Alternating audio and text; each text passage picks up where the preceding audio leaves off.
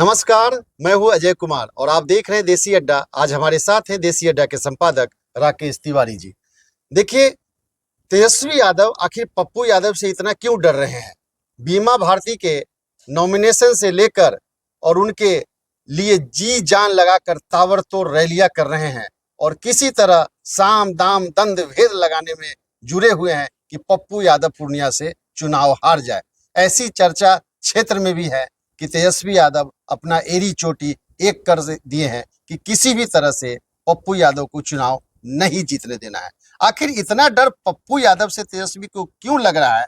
आज इसी विषय पर हम चर्चा करेंगे अपने संपादक राकेश तिवारी जी से। तो आइए बात करते हैं। राकेश जी, क्या कारण है कि एकदम तेजस्वी यादव पप्पू यादव को लेकर एकदम उनको टारगेट कर चुके हैं और एकदम घबराए हुए हैं? पसीना छूट गया है उनका कि एकदम हरा के ही रहना है पप्पू यादव को। देखिए अजय जी, आपके जो प्रश्न है उसी में इसका जवाब छुपा हुआ है जी। तेजस्वी यादव और पप्पू यादव दोनों एक ही समुदाय से आते हैं। बिल्कुल। और तेजस्वी यादव को चुनौती देने वाले भी पप्पू यादव ही थे।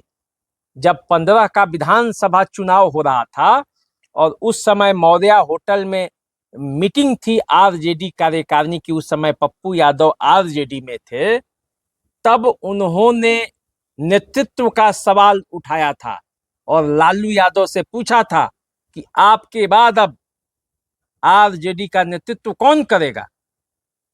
तब लालू यादव को ये बताना पड़ा, अभी वो चाहते नहीं थे खोलना, लेकिन वो बताना पड़ा कि बाप का उत्तराधिकारी बेटा ही होता है, तेजस्वी मेरा उत्तराधिकारी है।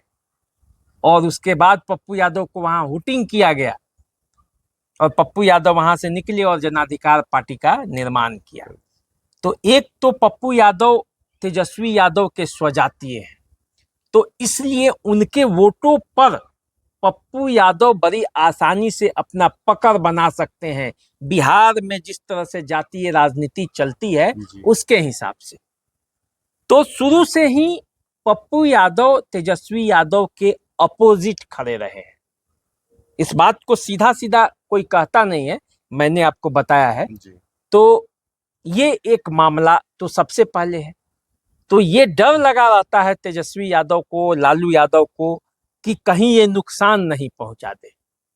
तो राजनीति में तो सबको रखना है, यादव समुदाय को भी जोड़ के रखना है, लेकिन मुख्यमंत्री का कैंडिडेट तो तेजस्वी यादव ही होंगे। तो यदि उस पर कोई सवाल उठाएगा तो वो कैसे रह पाएगा और उसे राजनीति में कैसे रहने दिया जाएगा। तो इसी की कड़ी में आप देखते होंगे कि पप्पू यादव हैं, ये कन्हैया कुमार हैं, ऐसे जितने भी लोग हैं जो उस दायरे में आकर तेजस्वी को नुकसान पहुंचा सकते हैं, उनको आगे नहीं बढ़ने दिया जाएगा। वरना पूर्णिया में जिस तरह से पप्पू यादव की पैठ है और जिस तरह से पूर्णिया में पप्पू यादव ने पिछले 2 सालों से चुनाव लड़ने के लिए मेहनत कर रहे थे, उनका टिकट काटने का कोई सवाल ही नहीं था। वो सीट कांग्रेस को दे देना चाहिए था और कांग्रेस की तरफ से पप्पू यादव चुनावी मैदान में उतरते, लेकिन इंटेंशनली उस पूर्णिया के सीट को अपने कब्जे में लिया गया, या यूं कहिए कि जबरन छीन लिया गया और जदयू से बीमा भारती को लाकर कैंडिडेट बनाया गया। और ये सब जनता देख रही है। हालांकि ये होता है कि नेता ये चाहते हैं कि वो जो करेंगे वही जनता मान लेगी, लेकिन ऐसा होता नहीं है। कभी कभी उसका रिएक्शन भी दिखता है और पूर्णिया में यही दिख रहा है। पूर्णिया में यादव और मुस्लिम आज पप्पू यादव के साथ उनके कंधे से कंधे मिलाकर खड़े दिखते हैं। चुनाव अब काफी करीब है और पप्पू यादव ने जिस तरह से आरजू, बिनती, रोना धोना सब किया, हर बार हर चीज किया कि भाई आप हमको मिला लीजिए, हमको रख लीजिए। उन्होंने अपने तरफ से कोई कोर कसर नहीं छोड़ी कि कहीं ऐसा न लगे कि पप्पू यादव ने ही कोई हठ धर्मिता करके किनारा कर लिया। तो अब इसीलिए वहां से पप्पू यादव अब खड़े हो गए हैं और अब तन के खड़े हो गए हैं और कांग्रेस के कैंडिडेट से ज्यादा मजबूती से खड़े हो गए हैं। तो अब तेजस्वी यादव उन्हें हराने के लिए लगे हुए हैं। उनके नामांकन में भी बीमा भारती के गए और अब कई जगह प्रचार पे भी जा रहे हैं। हालांकि वो भीड़, जो रिपोर्ट्स आ रहे हैं उसके हिसाब से वो भीड़ वहां हो नहीं रही है। तेजस्वी यादव भी सोच में पड़े हुए हैं। वहां मनोज झा की टीम लगाई गई है, मनोज झा कई विधायकों को लेकर पूर्णिया में लगे हुए हैं, लेकिन उसका असर नहीं दिख रहा है। असर ये हो रहा है कि और पप्पू यादव के पक्ष में लोग गोलबंद हो रहे हैं। अब मुकाबला धीरे धीरे संतोष कुशवाहा से पप्पू यादव का होने लगा है। तो इसका एहसास तेजस्वी यादव को हो गया है और इस मूंछ की लड़ाई में मैंने तेजस्वी यादव कुछ भी कर गुजरने को तैयार है। अब तेजस्वी यादव तो पप्पू यादव को हर कीमत पे हराना चाहते हैं। आरजेडी का कैंडिडेट जीते चाहे नहीं, लेकिन पप्पू यादव नहीं जीतना चाहिए, ये भी प्रयास हो रहा है। वहां से जो खबर आ रही है, जो चर्चा है क्षेत्र में, अब ये चर्चा कैसे है, क्यों छिड़ा है, ये चुनाव के समय में कई तरह की चर्चाएं चलती हैं। तो ये चर्चा है पूर्णिया में, यदि आप जाइएगा तो ये चर्चा है कि तेजस्वी यादव नहीं चाहते हैं कि पप्पू यादव चुनाव जीते किसी भी कीमत पर, भले आरजेडी हार जाए, लेकिन पप्पू यादव चुनाव नहीं जीतना चाहिए। ये बात वहां होने लगी है। आप पप्पू यादव को लीजिए, पप्पू यादव के लिए आखिर ये सहानुभूति हुई क्यों?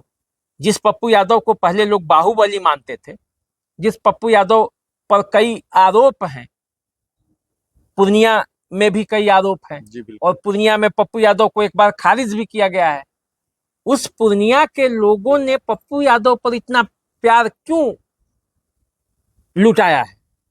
तो पप्पू यादव ने समय के साथ अपने आप को बदला है। पप्पू यादव अब वो बाहुबली पप्पू यादव नहीं है, बल्कि पप्पू यादव अब जनसेवक पप्पू यादव के तरह ज्यादा दिखते हैं।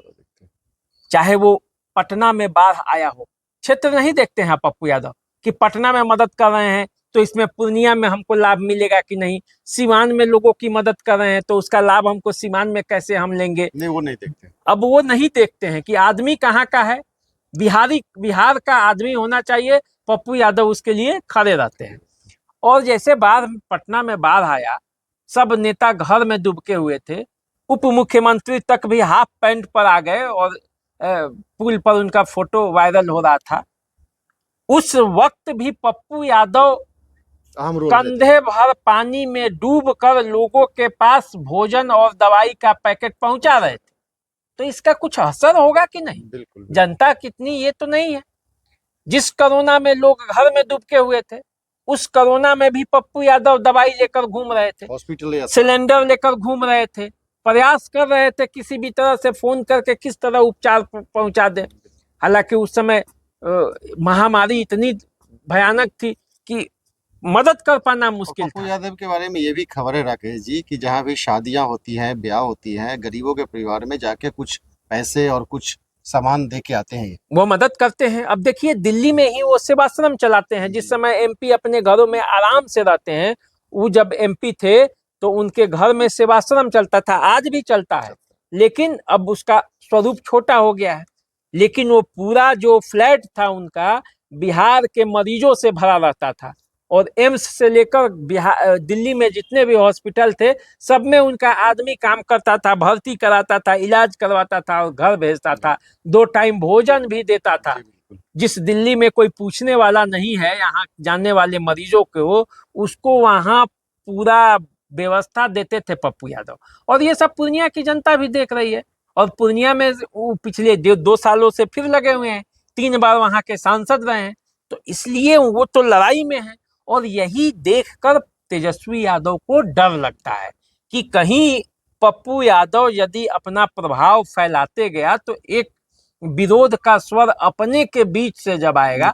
आप देखते होंगे कई बार मधेपुरा में जो यादव महासम्मेलन हुआ था, उसमें किस तरह से पप्पू यादव विरोध में बोल दिए थे, हमेशा खड़े रहते हैं, तो उनका भी एक जन समर्थन है अपने वर्ग में। तो इसलिए लगता है कि किसी तरह इनको कमजोर किया जाए, और तेजस्वी के डर का ये कारण है। और पप्पू यादव हैं कि मानने वाले नहीं हैं, वो तो अपनी चाल में चलते हैं, हर रंग में रंग जाते हैं, हर क्षेत्र में उनका अपना पकड़ है।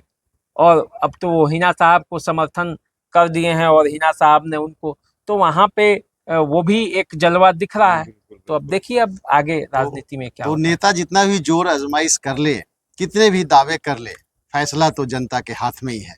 तो आपका फैसला पूर्णिया को लेके क्या होता है? तेजस्वी की प्रतिष्ठा बचती है या पप्पू यादव को सेहरा पहनाया जाता है? ये तो समय बताएगा। तो आप इंतजार कीजिए और हम दोनों का नमस्कार स्वीकार कीजिए। नमस्कार।